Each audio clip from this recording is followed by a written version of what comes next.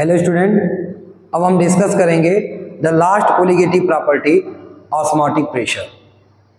हम लोगों ने बात किया था कि कोलिगेटिव प्रॉपर्टी कौन सी प्रॉपर्टी होती है? ऐसी प्रॉपर्टी जो नंबर ऑफ सॉल्यूट पर डिपेंड करती है, जो सॉल्यूट के नेचर पर डिपेंड नहीं करती। और हमने कहा कि there are 4 types of colligative property: relative lowering in vapour pressure, elevation in boiling point, depression in freezing point और ऑस्मोटिक प्रेशर।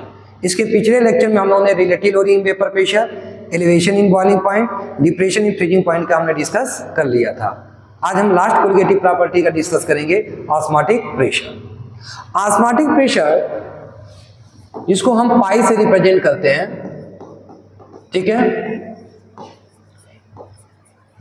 इसको समझने से पहले हमको एक और पॉइंट को समझना होगा, जो पॉइंट क्या है? ऑस्मोसिस।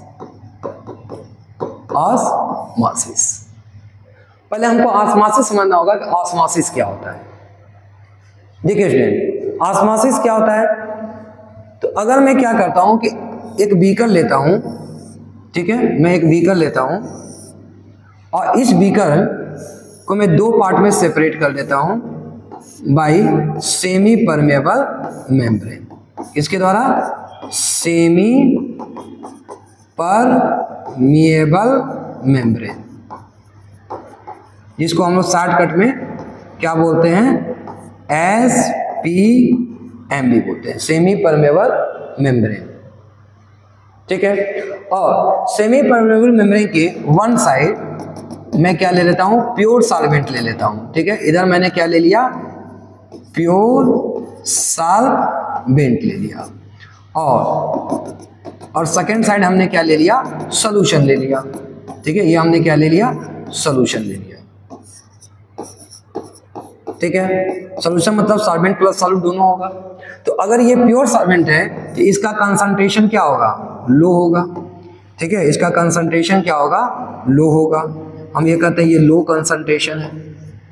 प्योर सॉल्वेंट का कंसंट्रेशन क्या है? लो है। हम जानते हैं कि जब हम सॉल्वेंट में सॉल्यूट मिलाते हैं तो कंसंट्रेशन इंक्रीज करता है, और अगर हम क्या करते हैं कि सॉल्यूशन के अंदर सॉल्वेंट बढ़ाते हैं तो कंसंट्रेशन डिक्रीज करता है, मतलब सॉल्यूशन हमारा डाइल्यूट होता है।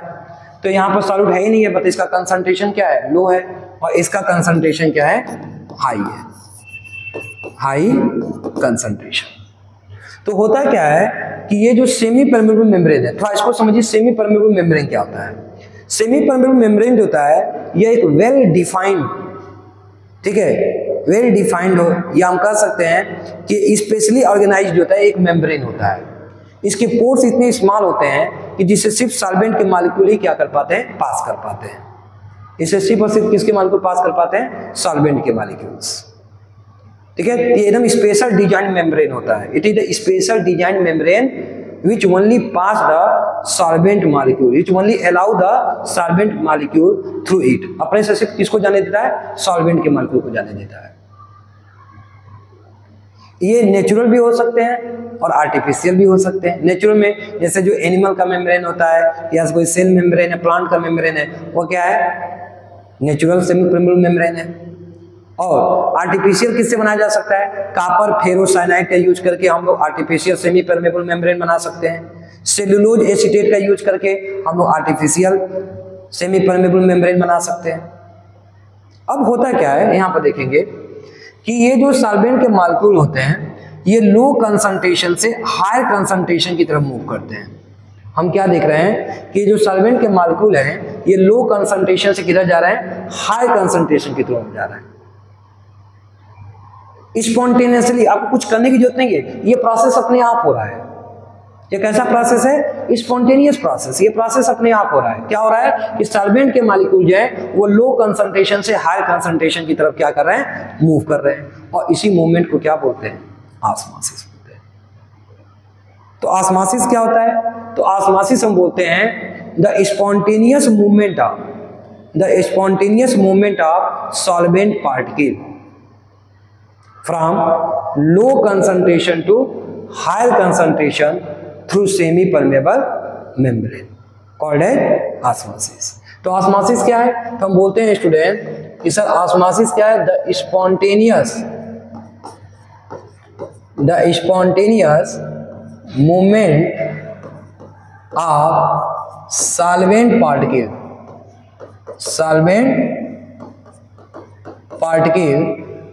कहां से, from low concentration to higher concentration through semi permeable membrane. ठीक है, और इसी को हम लोग क्या बुलाते हैं, कॉल्ड एज ऑस्मोसिस। क्या बुलाते हैं, कॉल्ड एज ऑस्मोसिस। ये एक स्पॉन्टेनियस मूवमेंट होता है। अच्छा स्टूडेंट, आप क्या सोच सकते हो कि आखिर में ये प्रोसेस हो क्यों रहा है, ये स्पॉन्टेनियस मूवमेंट हो क्यों रहा है? देखिए, इसके पीछे रीजन क्या है कि चूंकि यहाँ पर प्योर सॉल्वेंट है, अगर प्योर सॉल्वेंट है तो इसका वेपर प्रेशर क्या होगा, इस साइड का हाई होगा। और यहाँ पर आपने क्या किया, सॉल्वेंट में क्या मिला दिया, सॉल्यूट मिला दिया। जब आपने सॉल्यूट मिला दिया तो इसका वेपर प्रेशर जो होगा वो क्या होगा, लो होगा। तो इस साइड का वेपर प्रेशर लो है और इस साइड का वेपर प्रेशर क्या है, हाई है। क्योंकि प्रेशर में क्या है, डिफरेंस है, और इस डिफरेंस को फुलफिल करने के लिए क्या हो रहा है कि सॉल्वेंट के पार्ट की लो कंसंट्रेशन से किधर की तरफ जा रहा है, हायर कंसंट्रेशन की तरफ जा रहा है। लो कंसंट्रेशन से किधर की तरफ जा रहा है, हायर कंसंट्रेशन की तरफ जा रहा है। आप चाहे तो आप इसको ऐसे ही बोल सकते हो कि सर ऑस्मोसिस क्या है, the spontaneous movement of solvent particle from higher vapour pressure to lower vapour pressure through semi permeable membrane, called as osmosis. ठीक है, अब समझिए ऑस्मोटिक प्रेशर क्या होता है। देखिए एक्चुअल में होता क्या स्टूडेंट कि जब सॉल्वेंट के पार्ट की लो कंसंट्रेशन से हायर कंसंट्रेशन की तरफ मूव करते हैं तो ये क्या करते हैं, इस मेम्ब्रेन, ये जो सेमी परमेबल मेम्ब्रेन है, इस मेम्ब्रेन पे एक प्रेशर लगाते हैं। जैसे मान लीजिए कि मैं यहां से आगे बढ़ रहा हूं और मेरे आगे कोई भी ऑब्जेक्ट नहीं है, ठीक है, तो मैं क्या करता हूं, आसानी से मूव कर सकता हूं।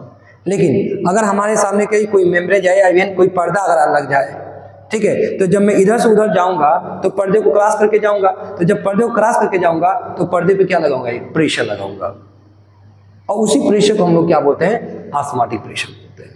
और चूंकि ऑस्मोटिक प्रेशर जो यहाँ पर आता है वो इंटरनल प्रेशर है। ठीक है, ये कैसा प्रेशर दिख रहा है आपको, इंटरनल प्रेशर, जिसको कैलकुलेट कर पाना, डिटरमाइन कर पाना थोड़ा डिफिकल्ट होता है। तो इसके लिए हम लोग क्या करते हैं कि सॉल्यूशन साइड क्या करते हैं, हम एक पिस्टन लगाते हैं। सॉल्यूशन साइड क्या करते हैं, हम एक पिस्टन लगाते हैं। ठीक है, ये हमारा क्या हो गया, पिस्टन। और इधर से हम क्या लगाना चालू करते हैं, एक्सटर्नल प्रेशर लगाना चाहते हैं।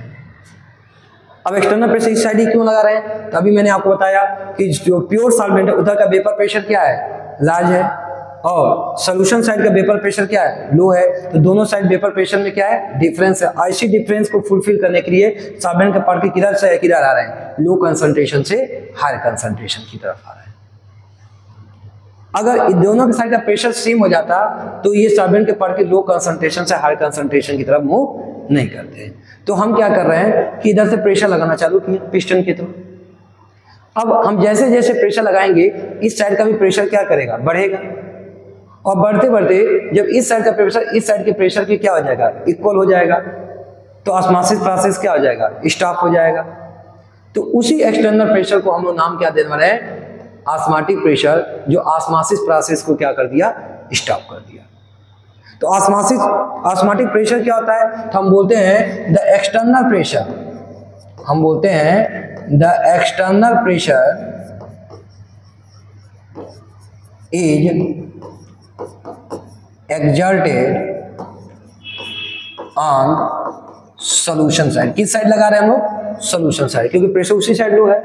तो the external pressure is exerted on solution side which क्या कर रहा है, which prevent the osmosis process, which prevent the osmosis process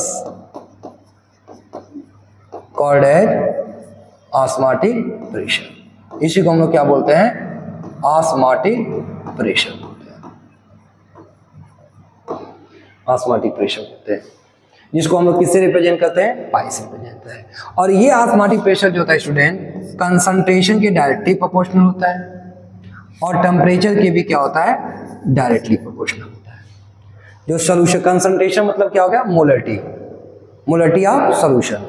जितना ज्यादा कंसंट्रेशन होगा सोल्यूशन का, सोल्यूशन का कंसंट्रेशन जितना ज्यादा होगा इसका प्रेशर उतना ही कम होगा इसके कंपेरिजन में, तो प्रेशर उतना ही क्या होगा, प्रेशर का डिफरेंस उतना ही क्या होगा, ज्यादा होगा। तो उतना ही ज्यादा आपको क्या लगाना पड़ेगा, ऑस्मोटिक प्रेशर लगाना पड़ेगा। तो इसका मतलब कि ऑस्मोटिक प्रेशर कंसंट्रेशन के डायरेक्टली प्रोपोर्शनल है और टेम्परेचर के भी क्या होता है, डायरेक्टली प्रोपोर्शनल होता है। अगर हम इसको कहते हैं इक्वेशन 1 इक्वेशन 2 और दोनों को अगर कंबाइन करते हैं तो ऑस्मोटिक प्रेशर क्या होगा, C × T।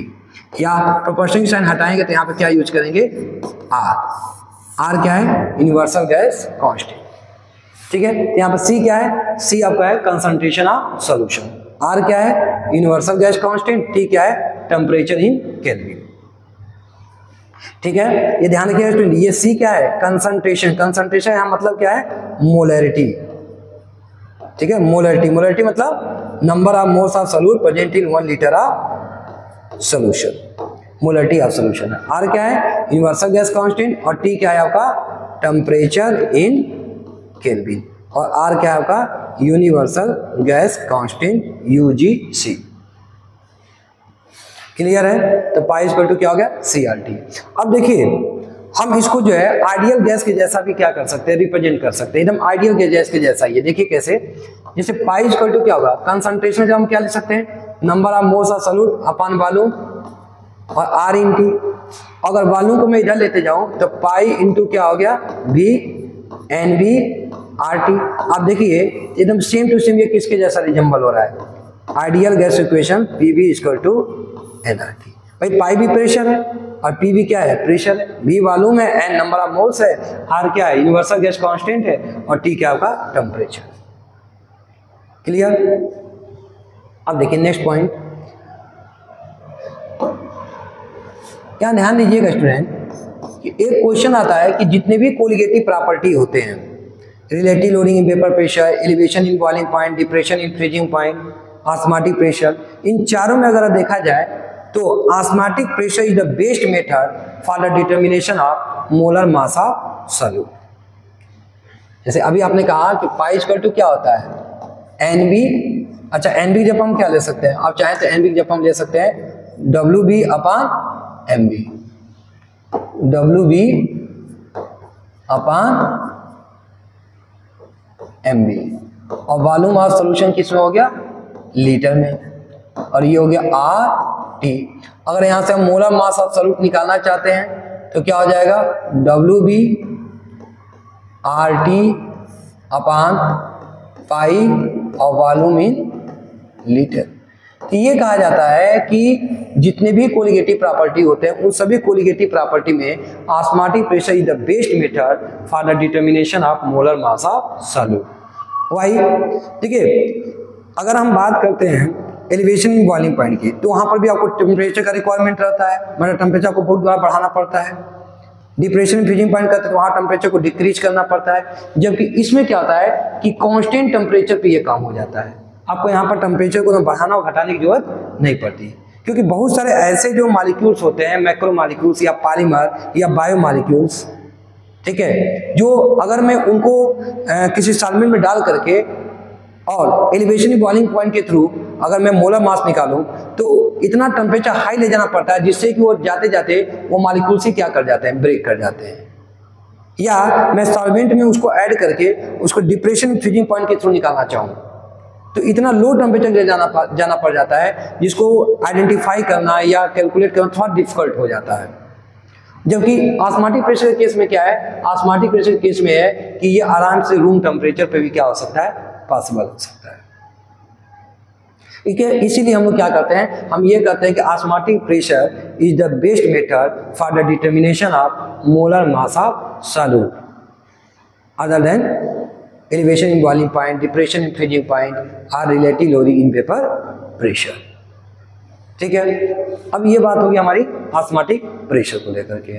ठीक है, नेक्स्ट लेक्चर में हम डिस्कस करेंगे isotonic solution, hypotonic solution, hypotonic solution क्या होता है, फिर एक्सपेरिमेंटली हम ऑस्मोटिक प्रेशर जो है फाइंड आउट कैसे करते हैं, और इसके बाद से हम लोग एंडोऑस्मोसिस और एक्सोऑस्मोसिस का एग्जांपल भी देखेंगे। Okay, thank you.